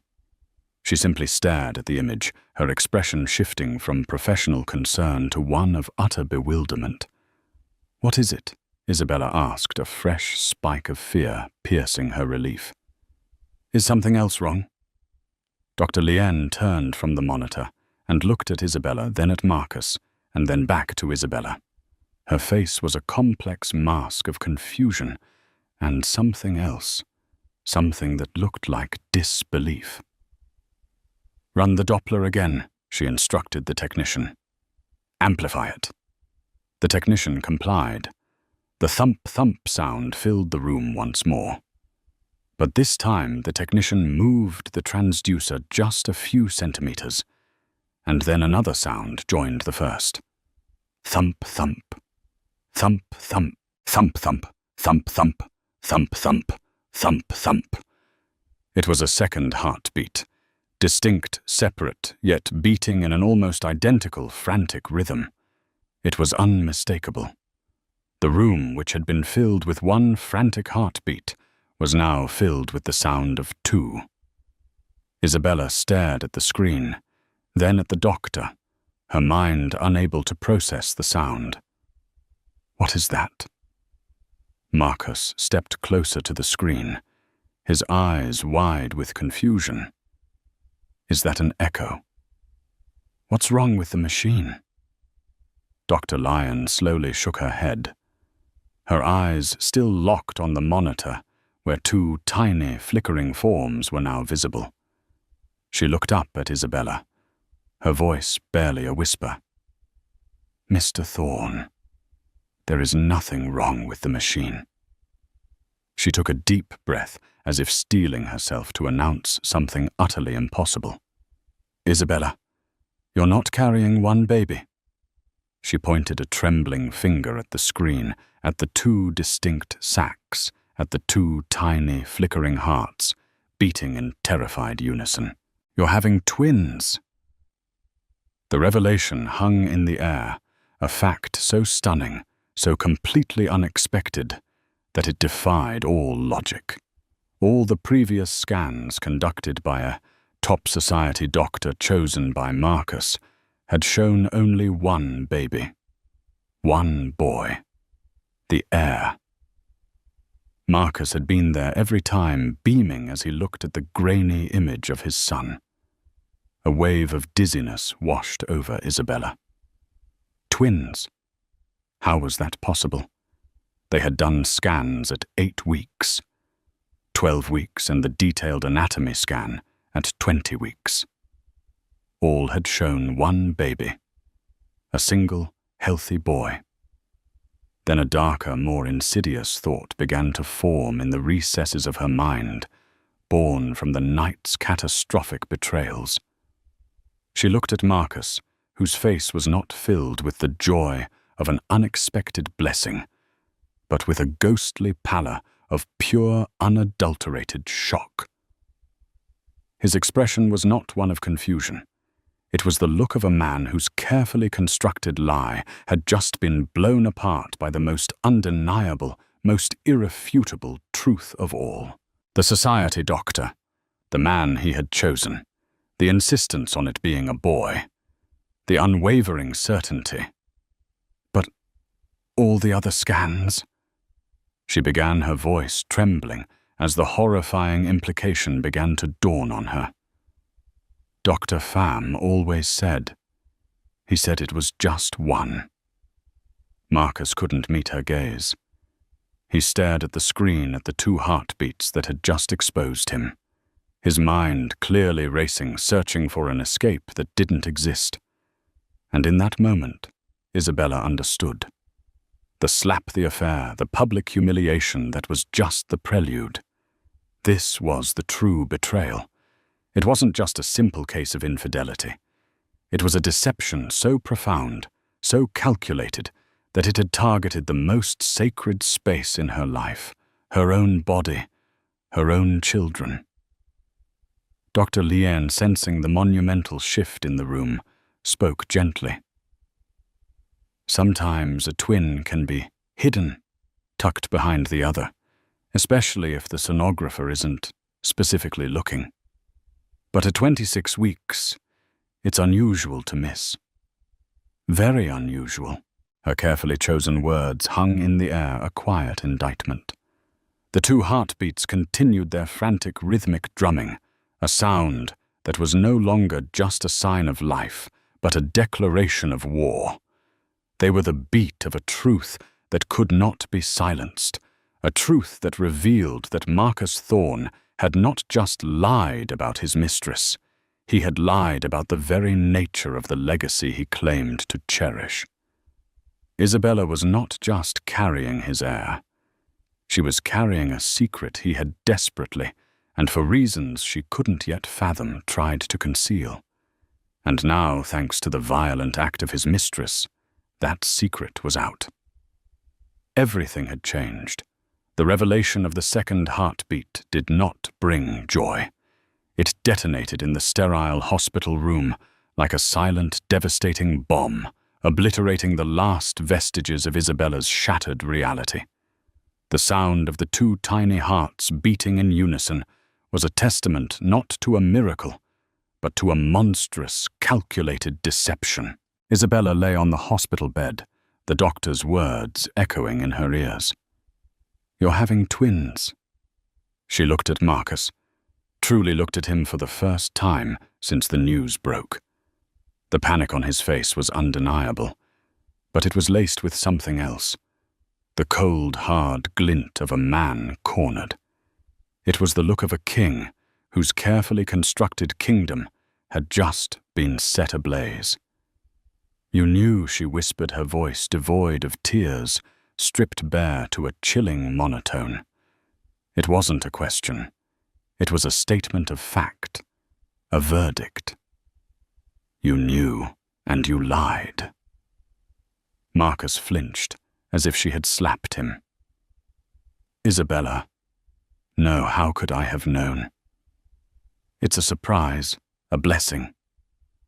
His attempt at feigned delight was pathetic, a transparently false performance that was an insult to her intelligence. "A blessing." Her voice rose, laced with a hysterical edge.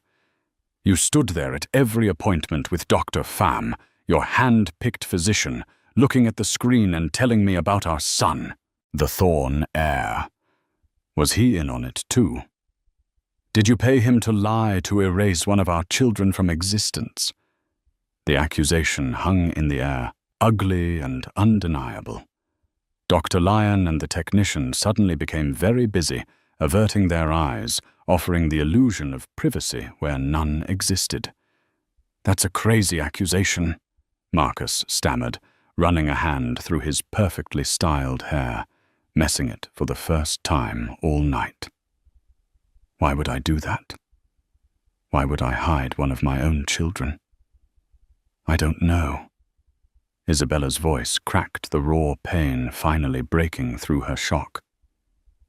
Maybe one was a boy and one was a girl, and you only wanted the boy.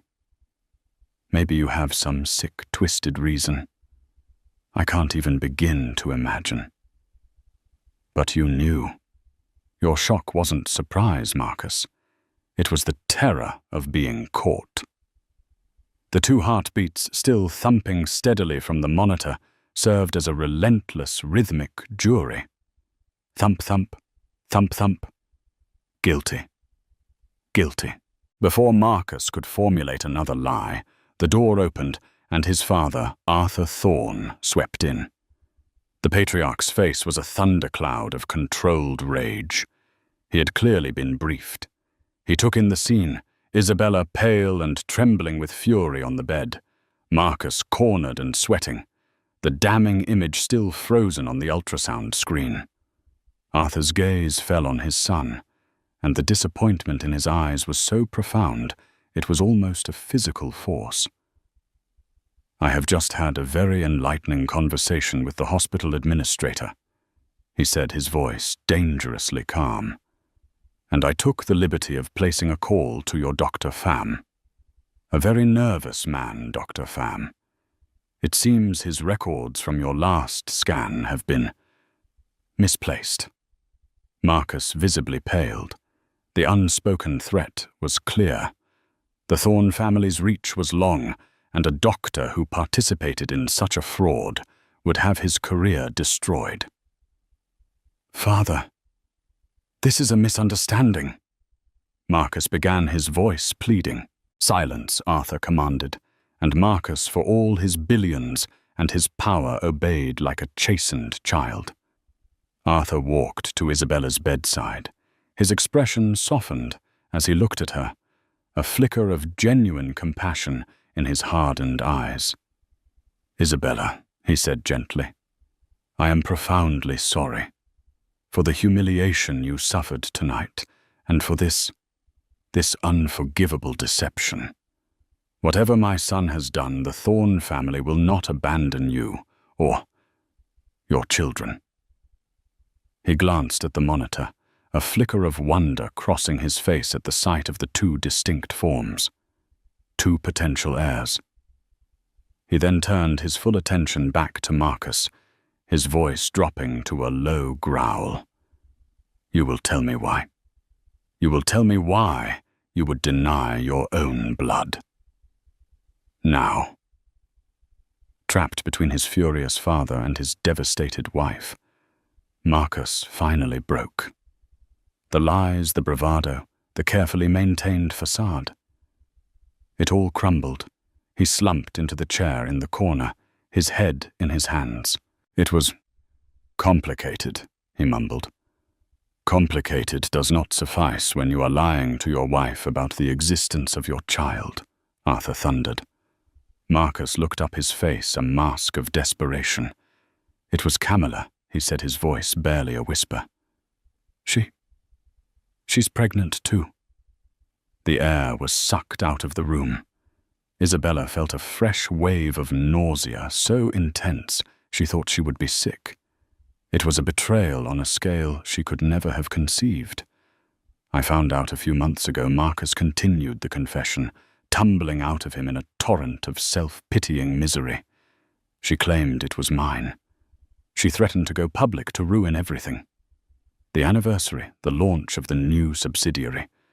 The timing was a disaster. She wanted me to leave you to marry her. She was obsessed. And your solution was to lie to everyone Arthur demanded. I was buying time. Marcus insisted, standing up, pacing like a caged animal. I didn't know if her baby was even mine. I told her I'd handle it. My plan, my stupid, idiotic plan, was to secure the legitimate heir, our son. He looked at Isabella. I needed to establish his primacy. A single male heir. It was clean, powerful. It would cement our family line and make Camilla's claim if she made it seem like a desperate, pathetic ploy from a scorned mistress. The chilling logic of his plan began to dawn on Isabella. And a second baby, a twin, complicated that she said her voice hollow. It muddied the waters, he exclaimed, almost angry that she was making him admit it.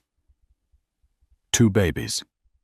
It made it seem messy, less definitive. And what if one was a girl? It would weaken my position. I told Farm to just focus on the boy, to omit the other one from the official reports, just for a little while. I was going to reveal the surprise twin later after Camilla's situation was neutralized. I swear it, Isabella. I would never have denied our child forever. It was a temporary, strategic deception. A strategic deception. Isabella repeated the words, tasting their poison. You erased our child from our lives for strategy. You made me believe I was only carrying one baby, grieving a loss. I didn't even know I had all to manage your sordid affair. The sheer cold-blooded calculus of it was breathtaking. He had weighed his children on a scale of public relations and corporate strategy and found one of them wanting. He hadn't just cheated on her, he had played God with their unborn children. Arthur Thorne looked at his son with utter contempt. You are a fool, Marcus. A weak, short-sighted fool. You have taken a crisis and turned it into a cataclysm. You have dishonored your wife, your name, and your own unborn children, all to appease a venomous viper you were too weak to discard. He turned back to Isabella, his decision made. Isabella, you will want for nothing. The full resources of the Thorne family are at your disposal. You and your children will be protected. As for you, Marcus, he said, his voice dropping to absolute zero. You are relieved of all your duties at Thorne Corporation, effective immediately. Your assets are frozen. You will go to the country house, and you will not leave until I summon you. You have made your bed of lies. Now you will lie in it. Alone. The verdict was absolute. In the space of a few hours, Marcus Thorne had gone from the king of Hanoi's business world to a dethroned, disgraced exile. He stared at his father, then at his wife, his mouth opening and closing with no sound coming out. There was nothing left to say. His lies had unraveled, and in doing so had unraveled him completely. Isabella watched him, feeling not a shred of pity, only a vast, empty coldness, where her love used to be. The man she had married was a stranger, a moral void, hidden behind a handsome face and a charming mouth. The trauma of the night, the slap the terror had forged something new inside her. The meek, trusting art curator was gone. In her place was a mother of 2, a woman who had been pushed to the absolute limit and had found not an abyss but a core of steel. The 2 heartbeats on the monitor continued their steady, strong rhythm. They were the only truth left in the room. They were her truth. And she would protect them and herself with a ferocity that Marcus and his mistress could not possibly comprehend. The war was just beginning. The week that followed was a cocoon of enforced tranquility and simmering rage. Isabella remained at the FV hospital not just for medical reasons, but for sanctuary. Her suite was transformed into a command center, a fortress from which she would plan her counter-offensive. The hematoma was stable, the risk of preterm labor had subsided, and the 2 tiny heartbeats that had upended her world grew stronger each day. They were her fuel, her purpose. Arthur Thorne was true to his word. He visited daily, not with the overbearing authority of a patriarch, but with the quiet deference of an ally. He saw in Isabella not a fragile victim, but the future matriarch of his legacy, the guardian of not one but two of his grandchildren. He provided her with the best legal team in Vietnam, a group of sharp, merciless lawyers who specialized in high-stakes divorces. "Spare no expense," Arthur had told them in Isabella's presence. "I want this handled with the subtlety of a guillotine, clean, final, and entirely in Ms. Isabella's favor." Marcus was gone, banished to a remote thorn estate in the highlands of Darlat. His name was scrubbed from the corporate website his office cleared out. The official story, meticulously crafted by Arthur's PR team, was that Marcus had stepped down for personal health reasons to focus on his family during a difficult pregnancy. The story was just plausible enough to quell the rampant speculation. But the real story, the one whispered in the boardrooms and elite social circles, was that the king had been ruthlessly deposed. Camilla Tran was also dealt with. Arthur's investigators had worked with surgical precision. They uncovered her own web of debts and deceit. The pregnancy she claimed, it was real. But a discreetly obtained DNA test from a coffee cup she'd used at a cafe proved what Arthur had suspected: the baby wasn't Marcus's. It belonged to a married Singaporean businessman she had been seeing concurrently. Armed with this proof, Arthur's lawyers presented her with a simple, non-negotiable choice: disappear quietly, with a modest one-time settlement and a signed NDA, or face public exposure fraud charges and the unmitigated wrath of the Thorne family. Camilla, a pragmatist above all else, took the deal and vanished from the Hanoi social scene as quickly as she had appeared. But for Isabella, these victories were peripheral. Her focus was singular. It wasn't about revenge on Camilla, or even about punishing Marcus anymore. It was about reclaiming her narrative and securing an unassailable future for her children. During her days in the hospital, she began to change. The soft, deferential woman who had once organized art exhibitions was replaced by a shrewd, calculating strategist. She devoured the financial reports her lawyers brought her, learning about trust funds, share allocations, and corporate governance. She had once loved Marcus for his charm and ambition. Now she studied the architecture of the empire he had built, not with admiration, but with the critical eye of a conqueror. Her gambit when she finally revealed it to her lawyers and a stunned but impressed Arthur Thorne was audacious. "I don't want a simple divorce settlement," she announced one afternoon, her voice clear and steady. The hospital suite was bathed in the soft afternoon light, and she was propped up in bed, surrounded by financial documents looking more like a CEO than a patient. "I don't want cash or property or alimony." Her lead lawyer, a formidable woman named Ms. Vi, raised an eyebrow. "Ms. Isabella, given the circumstances, the infidelity, the public assault, the staggering fraud regarding the children, you are entitled to one of the largest settlements in this country's history. A settlement makes me a pensioner of the Thorne family," Isabella stated calmly. "It makes me a wealthy victim. I have no interest in being a victim." She looked directly at Arthur. "Marcus's shares in Thorne Corporation, his voting rights, his seat on the board. I want them transferred to a trust that I control as the sole trustee for the benefit of my children." Arthur stared at her, his expression unreadable.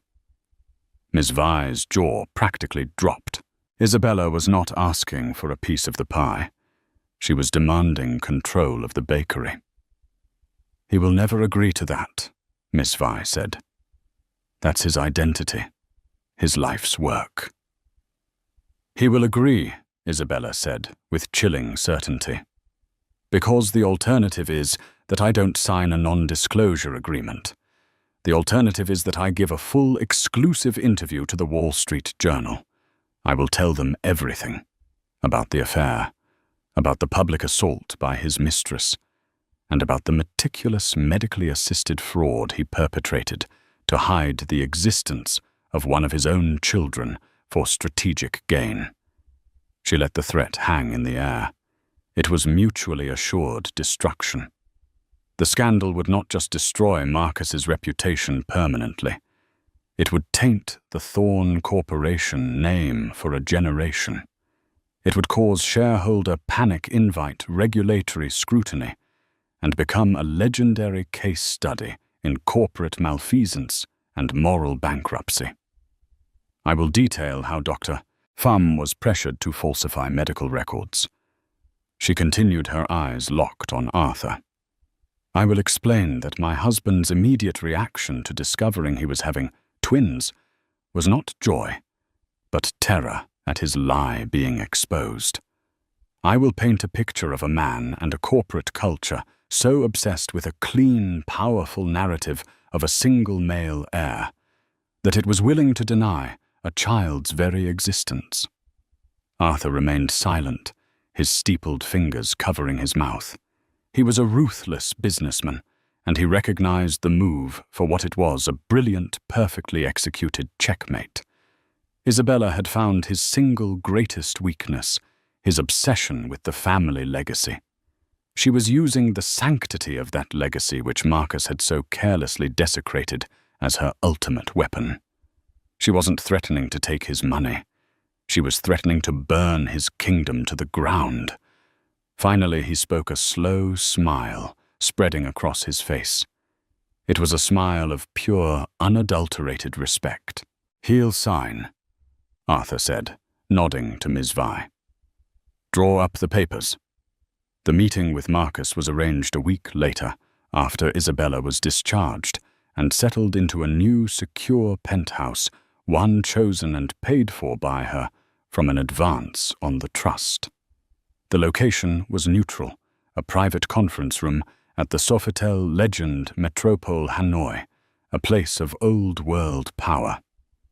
Isabella walked in not as a victim, but as an equal. She was no longer pregnant and hiding behind flowing dresses. She had given birth 2 days prior to 2 small but healthy babies, a boy Leo and a girl Luna. The birth had been premature but uncomplicated. Her body was tired, but her spirit was forged in iron. Marcus was already there, flanked by his own lawyer. He looked diminished, a ghost of his former self. The tailored suit hung loosely on his frame, and the arrogance in his eyes was gone, replaced by a weary resignation. He hadn't seen Isabella or his children since the night at the hospital. He stood when she entered. "Isabella, I heard about the babies. Are they?" "They are fine," she said, her voice cool and professional, cutting him off. She did not take the offered seat across from him, but remained standing, a silent assertion of power. "No thanks to you." She gestured for Ms. Vi to present the documents. Marcus's lawyer read through them, his eyes widening with each clause. He leaned over and whispered frantically to his client. Marcus just shook his head, a broken man. This is everything," he whispered, looking at Isabella. "My shares, my seat, my entire life." "You have a life," Isabella retorted, her voice sharp as glass. "You have one because I am choosing not to scorch the earth. I am choosing to protect the family name for the sake of my children. This is not a punishment, Marcus. It is a consequence. You proved you are not fit to be the steward of this legacy. So now I will be." She finally sat down, her gaze unwavering. "You will have supervised visitation rights. You will be provided with a generous allowance, enough to live comfortably, but not enough to cause trouble. You will, for all intents and purposes, retire from public life. In return, the world will remember you as the man who stepped down for his family. It's a better legacy than the one you were building. You should thank me." There was a long, heavy silence. Marcus looked at the documents, then at his ex-wife, the woman he had so grievously underestimated. He saw not the gentle girl he had married, but an empress in the making. He had created her, in a way. His betrayals had been the fire, and she had walked out of it reborn, holding his entire world in her hands. With a trembling hand, Marcus Thorne, the deposed king, picked up the pen. He signed away his power, his company, and his future, all to the steady, silent rhythm of 2 tiny heartbeats he had once tried to erase. The Empress's gambit had succeeded, and so the story of the slap that shocked Hanoi's elite took its final stunning turn. It was never just about a mistress's fury or a husband's infidelity. It was about a deception that ran to the very heart of a family and the quiet, unassuming wife who rose from the ashes of public humiliation to seize control of an empire. Isabella Thorne, once a footnote in her husband's story, became the author of her own rewriting her destiny, not with tears, but with shrewd intelligence and the unyielding power of a mother's love. She proved that the greatest strength is often forged in the deepest betrayal, and that sometimes the most powerful move is not to destroy your enemies, but to simply take everything they hold dear. What did you think of Isabella's ultimate power move? Was it justice or the most brilliant revenge? We'd love to hear your thoughts in the comments below. If you were captivated by this story of drama betrayal and ultimate empowerment, please give this video a like and share it with someone who loves a story where the Queen finally takes the throne.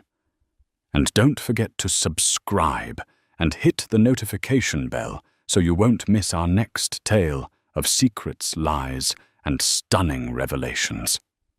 Thank you for watching.